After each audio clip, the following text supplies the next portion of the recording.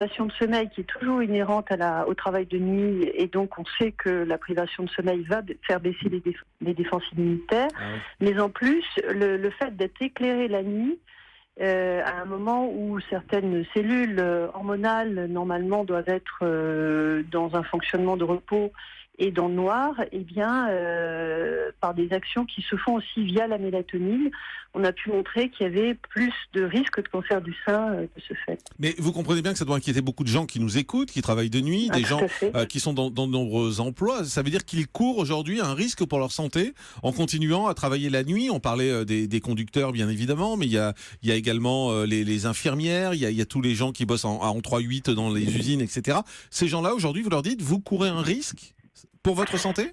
Il y a un risque majoré, absolument. C'est des choses qu'on commence à mesurer, à apprécier.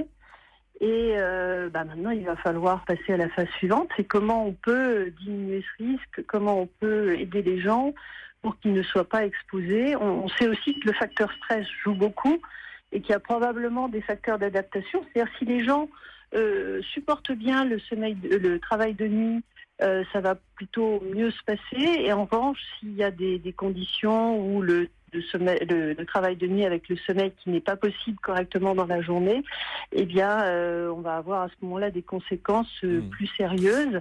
C'est tout ça qu'il faut qu'on apprenne à bien quantifier et à aider les gens pour pas être en situation de rupture ou difficile comme c'est prévu c'est marqué dans le rapport.